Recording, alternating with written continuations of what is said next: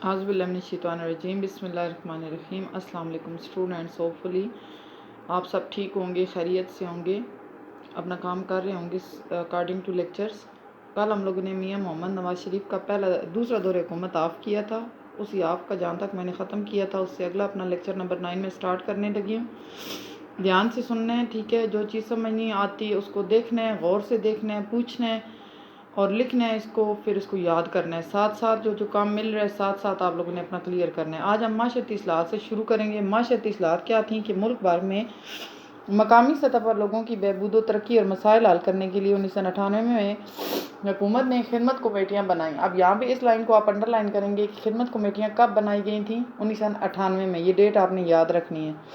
اور ہر خدمت کمیٹی میں خواتین کی نمائندگی کے لیے ایک خاتون رکن کی نشست بھی مختص کی گئی تھی۔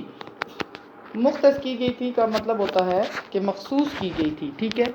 مختص کی گئی تھی یعنی کہ مخصوص کی گئی تھی، خاص کر دی گئی تھی۔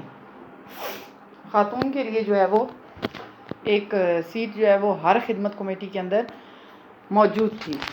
آئینی اصلاحات کیا تھیں کہ میاں محمد نواز شریف کے اس دور میں پاکستان کے آئین میں جو ترمیم کی گئی تھی، 13ویں ترمیم سے، کیونکہ 12 ترمیم پچھلے ادوار میں ہو چکی تھی، تو 13ویں ترمیم میں کیا آئینی ترمیم کیا تھی؟ 13ویں کے اس کی روح سے صدر پاکستان کا قومی اسمبلی تحلیل کرنے کا اختیار ختم ہو گیا تھا۔ یہ تو میں نے آپ کو بتایا کہ وزیر اعظم نواز شریف نے جو ہے وہ یہ 58(2)B والی جو شاخ تھی وہ ختم کر دی تھی، اور اس میں صدر پاکستان کے پاس یہ نہیں رہا تھا کہ وہ اسمبلی کو ختم کر سکیں۔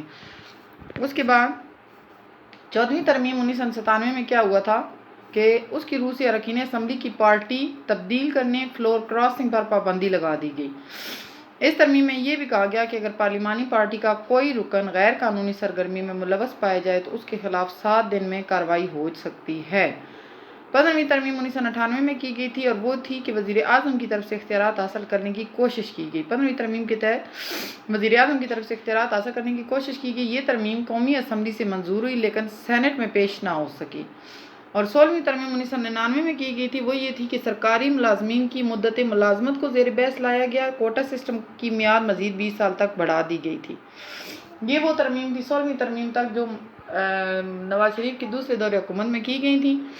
اچھا، اس کے بعد ایڈمنسٹریٹو ریفارمز یعنی کہ انتظامی اصلاحات کیا تھیں کہ نواز شریف حکومت نے عوام کے مسائل بنیادی اور مقامی سطح پر حل کرنے کے لیے خدمت کمیٹیاں بنائی تھیں۔ 1997 میں بیرون ملک مقیم پاکستانیوں کو ووٹ ڈالنے کا حق دیا گیا تھا۔ ڈیٹ وائز جو چیز کوئی بتائی جاتی ہے اس کو آپ نے ذہن میں رکھنا ہوتا ہے کہ اب آپ سے پوچھا جائے کہ جو بیرون ملک بسنے والے جو پاکستانی تھے انہیں ووٹ ڈالنے کا حق کب دیا گیا تھا، تو آپ کو پتہ ہونا چاہیے کہ 1997 میں یہ چیز ہوئی تھی۔ اس کے بعد نواز شریف نے 28 اور 30 مئی 1998 کو بھارت کے ایٹمی دھماکوں کے جواب میں ایٹمی دھماکے کیے تھے۔ اس طرح پاکستان دنیا کی 7ویں ایٹمی قوت بن گیا تھا۔ اس لائن کو انڈر لائن کر لیں، ایک تو 28 اور 30 مئی کو ایٹمی دھماکے ہوئے تھے 1998 میں، اور دوسرا یہ کہ دنیا کی 7ویں ایٹمی طاقت بنا تھا، اور اس دن کی یاد میں ہم ہر سال یوم تکبیر 28 مئی کو مناتے ہیں۔ 1999 میں بھارتی وزیر اعظم اٹل بہاری واجپئی لاہور آئے تھے۔ دونوں ممالک کے درمیان تعلقات معمول پر لانے کے لیے کئی اقدامات کا اعلان کیا گیا تھا۔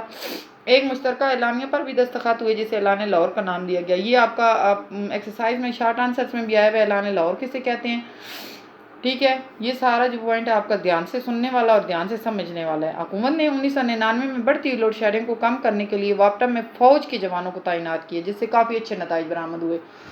وابٹا میں جو ہے وہ مسائل تھے، لوڈ شیڈنگ تھی جس طرح آج کل ہو رہا ہے، تو وہاں پہ نواز شریف نے کیا کیا تھا کہ وابٹا میں جو ہے وہ فوج کے نوجوانوں کو داخل کیا تھا، جس سے کیا ہوا تھا کہ کافی اچھے نتائج برآمد ہوئے تھے۔ یہ ہوا تھا 1999 میں۔ حکومت کا خاتمہ کب ہوا تھا؟ کارگل کے واقعہ سے وزیر اعظم میاں محمد نواز شریف اور جنرل پرویز مشرف کے درمیان کچھ اختلافات پیدا ہو گئے تھے۔ کارگل کا واقعہ جو ہوا تھا اس کی وجہ سے جنرل پرویز مشرف سرکاری دورے پر بیرون ملک تھے۔ ان کی عدم موجودگی میں وزیر اعظم نواز شریف نے جنرل ضیاء الدین کو چیف آف آرمی اسٹاف بنا دیا تھا، لیکن فوج کے جو اعلیٰ افسران تھے انہوں نے ان کو چیف آف آرمی اسٹاف تسلیم کرنے سے انکار کر دیا تھا جنرل ضیاء الدین کو۔ 12 اکتوبر 1999 کو جنرل پرویز مشرف نے میاں محمد نواز شریف کی حکومت کا تختہ الٹ دیا، کیونکہ فوج جو ہے نا وہ کر سکتی تھی، صدر کا تو یہ ختم کر دیا گیا تھا حق، لیکن فوج جو ہے وہ اسمبلی کو توڑ کے ختم کر کے حکومت کا خاتمہ کر سکتی تھی۔ تو یہ جو دوسرا دور حکومت ختم ہوا تھا نواز شریف کا، وہ ہوا تھا 12 اکتوبر 1999 کو، جنرل پرویز مشرف نے ختم کیا تھا اور قومی اور صوبائی اسمبلی میں یہاں تحلیل کر دی گئی تھی۔ یہ آپ کا میں نے دوسرا جو دور حکومت تھا نواز شریف کا، وہ یہاں بیان کروایا ہے۔ امید ہے کہ آپ کو یہ سارا سمجھ آ گیا ہوگا۔ تھوڑا تھوڑا کام اس لیے دے رہی ہوں کہ آپ اچھے طریقے سے اس کو ریڈی کریں اور اچھے طریقے سے یہ آپ کو ساتھ ساتھ پریپیئر ہوتا رہے۔ آئی ہوپ کہ آپ کو یہ سارا پوائنٹ سمجھ آ گیا ہوگا۔ اللہ حافظ۔